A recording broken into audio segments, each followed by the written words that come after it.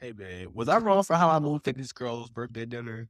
So I get invited via my homegirl to go to this girl's dinner. I don't know her like that. I think I met her once through my homegirl a while ago.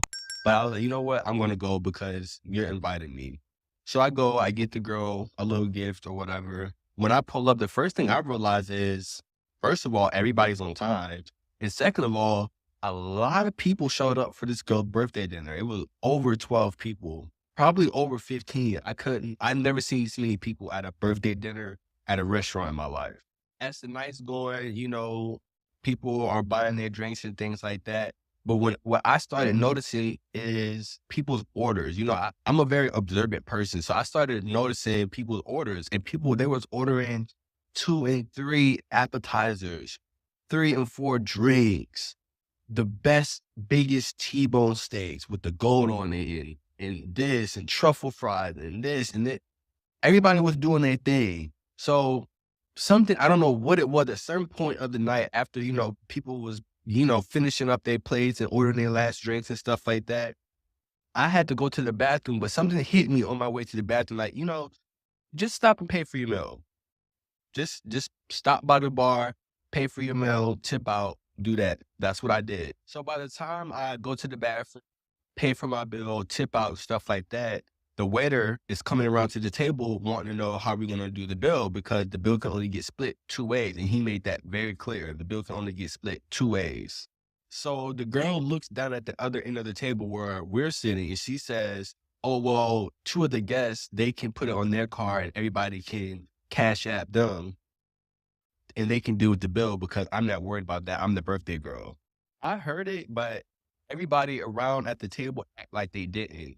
And I was completely not worried because again, my bill is paid for, tipped and everything. I'm just kind of waiting on my homegirl. So after time has gone past, nobody's putting up the card. Nobody even touched the check, right?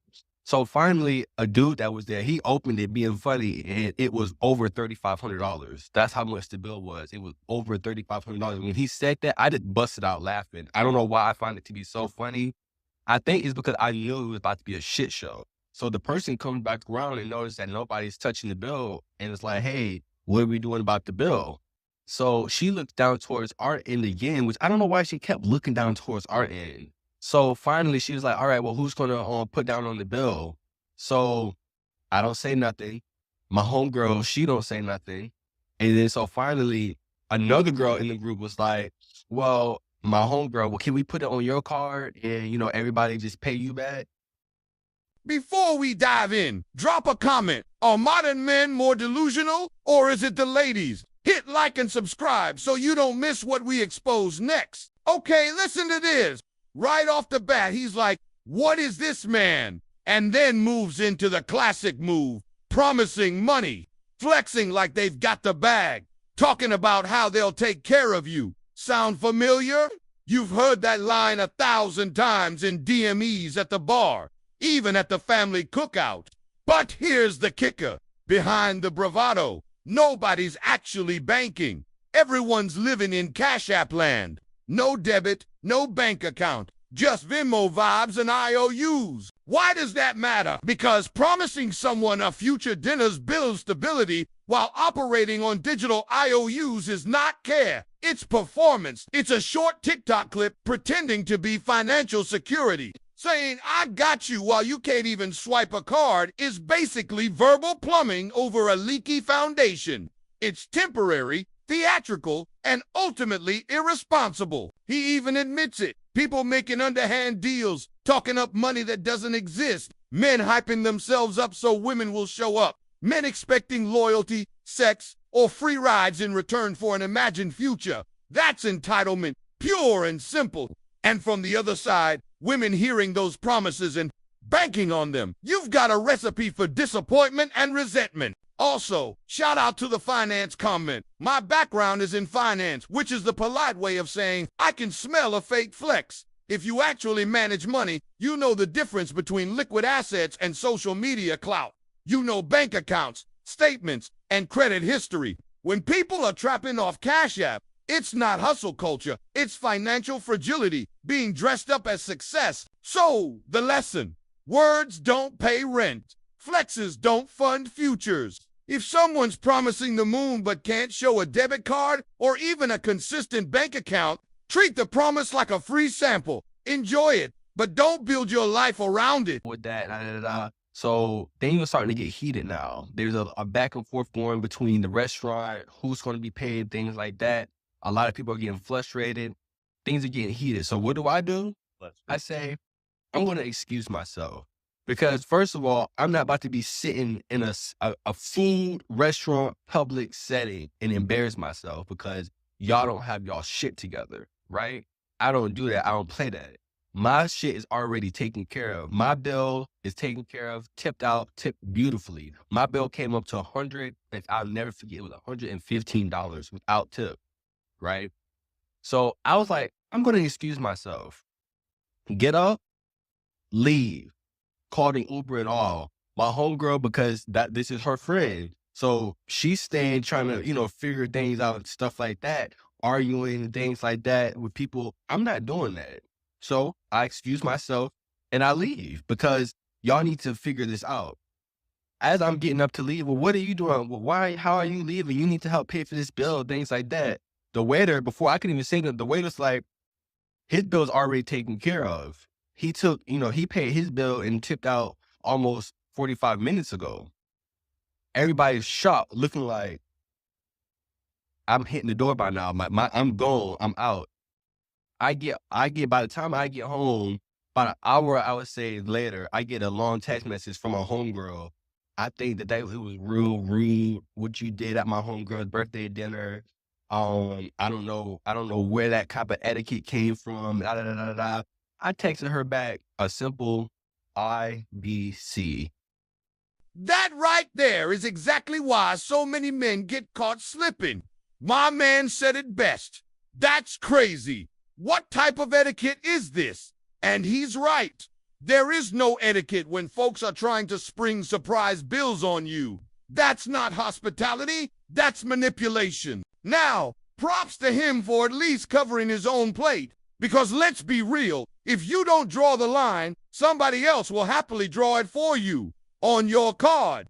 People know what they ordered, they know what they ate, and yet somehow they'll act brand new when the check hits the table, and then suddenly, all eyes on you. Here's the bigger lesson.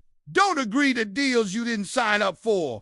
If you see the setup, if you feel that finesse energy in the air, don't ignore it. Shut it down early. That goes for the classic birthday dinner trap, too.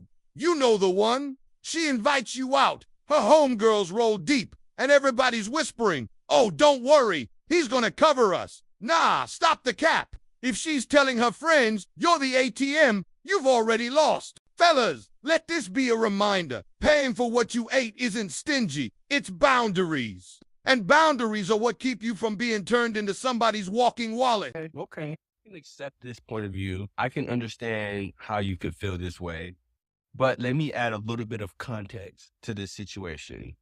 Again, anybody that knows me enough that we're going out and hanging out knows that I'm really zero tolerance for any type of BS. That's to begin with. Like, anybody knows that Storm will remove himself out of any situation that is unbecoming.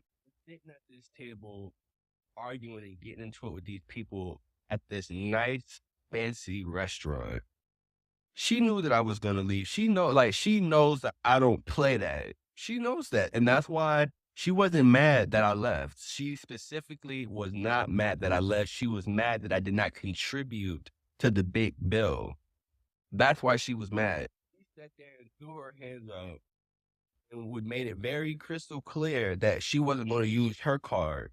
But in the same breath, turned around and was arguing at people about who was going to pay the bill at the table. And not once was saying, "Oh, I'm going to pay you back. I'll cash app you. Let me tell you." So my thing is, why are you so worried about who's going to pay this bill? But at the same time, you're not reconfirming anything that you're going to pay them back, just like your homegirl. And another thing I want to point out, she wasn't going to leave that dinner regardless, even if I told her that I paid for my bill, which is why I didn't tell her. Because this, again, is her good homegirl. This is her best friend. So she's at the table trying to figure this all out with her homegirl. So I'm like, I'm not the best friend in this situation. I'm just the plus one. I don't know nobody at this table. My homegirl knows everybody at this table. So her dealing with all these people, that's her business. And lastly, we did not fall out because of this. Our relationship, our friendship did not end because of this situation. After like the next day, we kind of like giggled it off and we kind of agreed to disagree because to this same day, even after she seen this video, we got on the phone. See, that's where it gets really interesting.